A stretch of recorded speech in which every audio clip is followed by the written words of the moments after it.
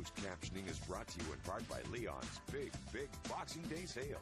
You'll find really great deals on the things you really want.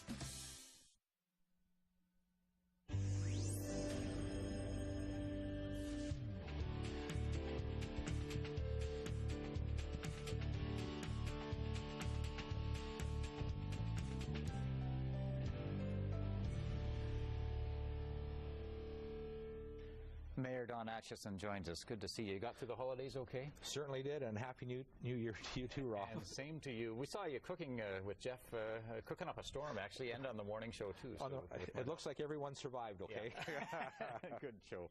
Before we talk about 2012 in Saskatoon, I want to get your view on the year gone by. The biggest story as far as you're concerned for the city of Saskatoon in 2011. Well, I think one of the biggest stories again is the growth in our community.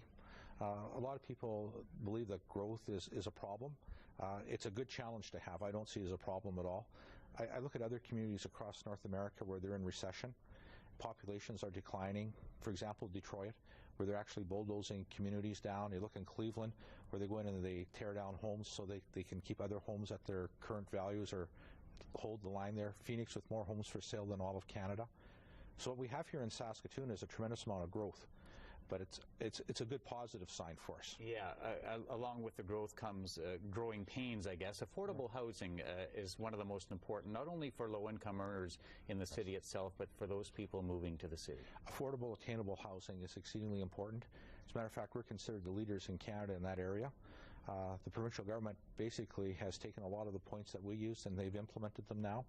And so a lot of other cities across Saskatchewan will hopefully have a program similar to what we have in Saskatoon. But you need to have good, clean housing for people to live in. You're talking about the home ownership program. Home ownership program. But not only home ownership, but rental program too. If you go back and roll out your tapes about CouncilNet, you'll have people saying that there will never be another apartment built in Saskatoon. And that's just not true. We've had many built in Saskatoon. The University of Saskatchewan is building 1,000 beds up at the University of Saskatchewan. We've gone from just around a 0.4, 0.5 vacancy rate in apartments to 2.5%. And one of the reasons is we've been able to take people who are on the cusp of renting all the time, but they can never quite get to home ownership. And with the programs we've had in place, we've been able to help those people get into home ownership. So they've left apartments behind and freeing that up for other people. And it's a program I think that we can all be really proud of. All right. Ways of going green were debated in Saskatoon in 2011. The proposed wind turbine at the landfill in Saskatoon. Yes. Are you completely sold on this? Well, what I'm sold on is strictly economics. Everybody talks about being green, but I always say it needs to make good financial sense to begin with.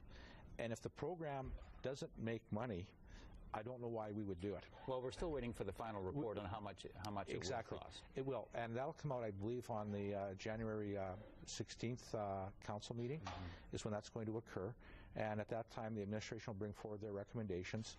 And if they say that they believe it's going to make money, I think that we should go ahead with it, as long as there's a reasonable return. Like breaking even isn't a good investment, and you have to look at the risk factor that's involved too. So we'll have to wait for the administration to see where they come from with their final recommendation for us. Right. The proposed recycling program was also discussed in 2011 in detail. Bids are now out for the contract on that? Yes. Okay. And are we likely to see a mandatory recycling program in the city of Saskatoon in 2012? I think your guess is as good as mine. Okay. And the reason being is that Council has said that we're prepared to spend $27.4 million over a 7-year period of time, that the opening year that the costing for collection, mandatory payment collection, is $4.24. And we'll have to wait to see if those numbers all come in at the projected numbers that we've asked for. And if the numbers are higher than that, then Council's going to have to go back and review the situation once again. Yeah, at the same time, you've never been in favor of a mandatory program, have you? I look at what we have right now. A lot of people are using the private sector, and it's quite interesting. Loris Disposal at one point was very insistent that we should have a mandatory collection program. And at, I believe, our second last council meeting, they came back and they said, why don't you just let the private sector look after it? Let Cosmo Industry keep its bins, let Sarcan carry on what they're doing, and we'll go from there. Because a lot of people can't afford that extra $4.25, and if you extrapolate that, that's about another $55 a year with PST, GST included. And so I want us to be able to recycle, but I also want everyone not to be causing them hardship when we get to that point. Right. Sarcan would still exist, though, with the mandatory program. It would still exist, but again, too, which is down to Toronto recently, too, and most people, I think, they just take their bottles and that and they just toss them out and then they're recycled and shipped off somewhere else. Sure. If you could choose one thing that perhaps frustrated you or you think the city could have done differently in 2011, what would that be? I think in 2011 would probably be on the public relations side. I think that we still need to do more in those areas all the time. I think, for example, like with snow removal, just recently there's been changes to the water quality enforcement through the provincial government.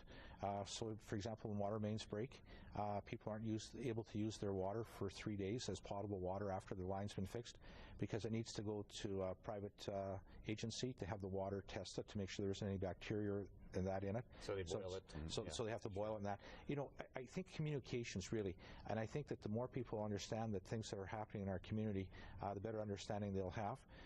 A lot of people talk about wants and needs in the community, but there are wants and there are needs, and I think we have to be able to balance those things. So that's one of the things we still need to strive to do a better job on all the time. Sure. Okay, lots more to talk about as we look ahead to 2012, River Landing, the new bridge, and what changes that will mean for the city of Saskatoon. And we're going to do that with Mayor Dawn Acheson as we continue this conversation tomorrow.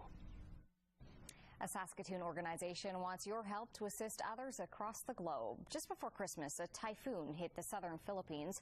Hundreds of people were killed and many villages wiped out. Stepping Stones Ministries in Saskatoon is a non-profit organization that is sending a shipping container full of relief items to the Philippines. For the next 10 days, volunteers will be set up at the Circle Drive Alliance Church collecting clothes,